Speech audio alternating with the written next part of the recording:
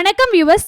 தமிழகத்திலேயே உண்டியல் இல்லாத ஒரே கோயில் இதுதான். மாமல்லபுரம் சிற்பங்களை ஏற்படுத்திய மகேந்திரவர்ம பல்லவனின் காலத்துக்கு முன்பு 2 அல்லது 3 நூற்றாண்டுகள் முந்தியது இந்த குடைவரை கோவில். இன்றைய வழக்குல பிள்ளையார்பட்டின்னு அழைக்கப்பட்டாலும் எருக்காட்டூர், மருதங்குடி, திருவீங்கைக்குடி, மருதங்கூர், கணேசபுரம், ராசநாராயணபுரம் ஆகிய பல பெயர்களை கொண்டதுன்னு கல்வெட்டுகள் மூலம் தெரிய வருது.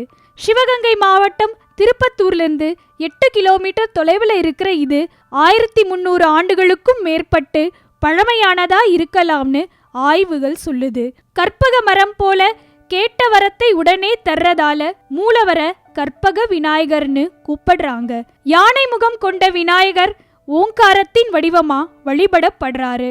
அவரோட வலது காதிலிருந்து தொடங்கி அப்படியே தலையின் மேற்புறம் சென்று கையில அமிர்த கலசம் வச்சிருக்கும் துதிக்கை வரை கொஞ்சம் உற்று பார்த்தோம்னா அவர் சரியா தமிழ் ஓமின் வடிவம்னு தெரிய வரும். ஓங்காரத்திலிருந்து தான் உலகம் தோன்றியதா வேதம் சொல்லுது. அந்த ஓங்கார வடிவமாயிருக்கிற விநாயகர் தான் முதன்மையான கடவுளாகவும் வணங்கப்படுறாரு. இந்த 2 கைகளோட இருக்கும் விநாயகர் தான் உலகத்துல காணப்படும் விநாயகர் சிற்பங்கள்ல காலத்துக்கும் முந்தியதா கல்வெட்டுகள் சொல்லுது. இதற்கடுத்து ஆப்கானிஸ்தான்ல இருக்கிற 5ஆம் நூற்றாண்டை சேர்ந்த விநாயகர் தான் பழமையானவர். அதனால உலகின் முதன்மையான விநாயகர் கோவிலா பிள்ளையார்பட்டி தான் சிறப்பு பெறுது. பிள்ளையார்பட்டி விநாயகர் கோவில்ல மொத்தம் 2 பகுதிகள் இருக்கு. அதன் 2வது பகுதி கற்றழின்னு அழைக்கப்படும் சிற்ப கலைக்கூடமா திகழுது. குடைவரை கோயிலுக்குள்ளேயே திருவீசர், மருதீசர் ஆகிய சிவன் சன்னதிகளும் வாடாமலர் மங்கை ஆகிய பெயரோட அம்பாளும் இருக்காங்க.